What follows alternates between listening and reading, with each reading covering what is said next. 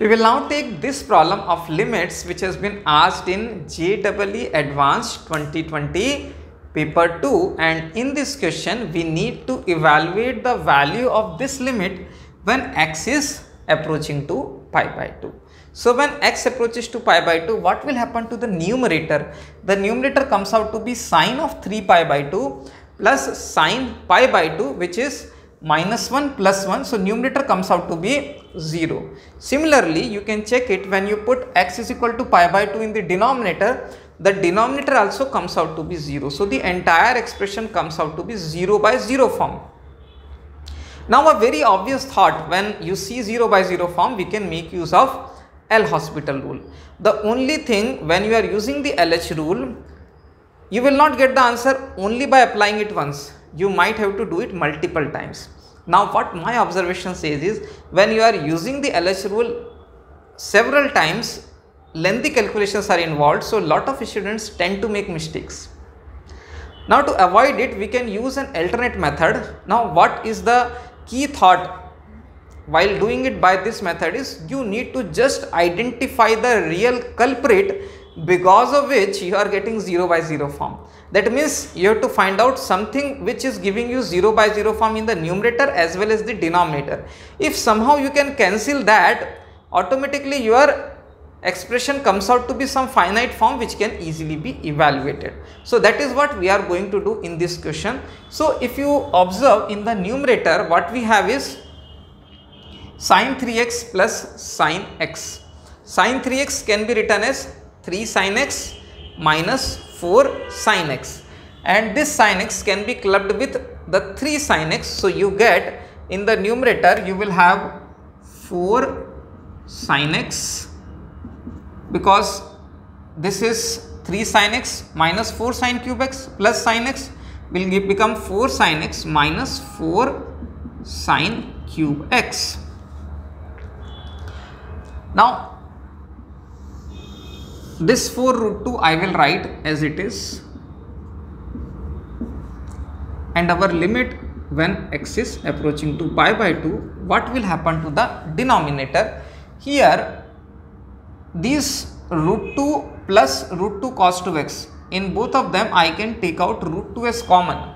So what I get is root 2 into 1 plus cos 2x, which is root 2 into 2 cos square x. Now here you see cos square x you will get in the numerator also. When you take 4 sin x common, you will get 1 minus sin square x, which is cos square x, and cos square x terms will be generated here also. So this gives you a hint that the real culprit is the cos square x, because of which you are getting 0 by 0 form. So somehow if you cancel out this cos square x, you can easily get the answer. So that's what we will try to do that.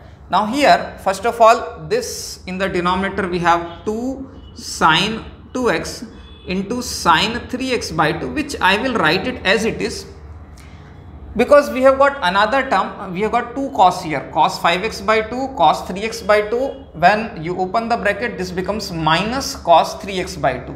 And what is cos 5x by 2 minus cos 3x by 2? You will get cos c minus cos d formula, which is minus 2 times sine of c plus d by 2. That means 5x by 2 plus 3x by 2, which is 8x by 2, that is 4x divided by 2, which comes out to be sine of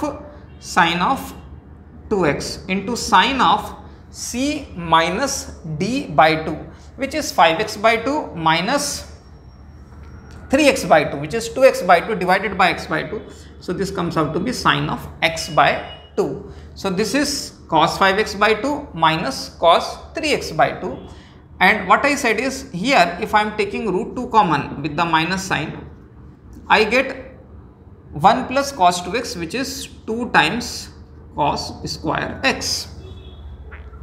Now here these 2 sin 2x can be taken common. So what I get is, I will get limit x approaching to pi by 2. Here it is 4 root 2 multiplied by, if I take 4 sin x common, what I get is 1 minus sin square x, which is nothing but cos square x. I am directly writing it here, divided by, Here when I take 2 sine 2x common here in these two expressions, so we get 2 sine 2x factor out. What you get is sine 3x by 2 minus sine x by 2, which can be simplified using sine c minus sine d formula, which is 2 times cos of c plus d by 2.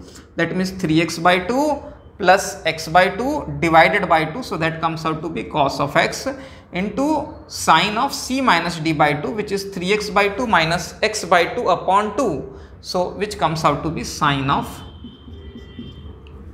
x by 2. And here we get 2 root 2 cos square x. Now here you can see sine 2x, I can write it as 2 sine x into cos x, and 1 cos x is here. So you can clearly see that you can cancel the cos square x in both numerator and denominator. How? Because this sine 2x, if I write this sine 2x as 2 into sine x into cos x, so we have 1 cos x here, 1 cos x here, cos square x is cancelled, this cos square x is also cancelled, and this cos square x is also cancelled. Now for x is equal to pi by 2, it is no more an indeterminate form, so you can easily solve it. So what you get when you put x is equal to pi by 2, now here you will get 4 into 4, which is 16 times root 2 into sine pi by 2 is 1. I can directly substitute x equal to pi by 2 here. This is 2 into 2 is 4, into 2 is 8, multiplied by sine pi by 2 is 1, and sine this is x by 2, that is sine pi by 4, which is actually 1 upon root 2 minus 2 root 2, because this cos square x was cancelled. Now 8 divided by 2 root 2, you will get 4 root 2. So 4 root 2 minus 2 root 2, the denominator becomes 2 root 2 and numerator is 16 root 2. So you will get 16 upon 2, which is 8. So 8 will be the value of this limit. So 8 is the answer to this question.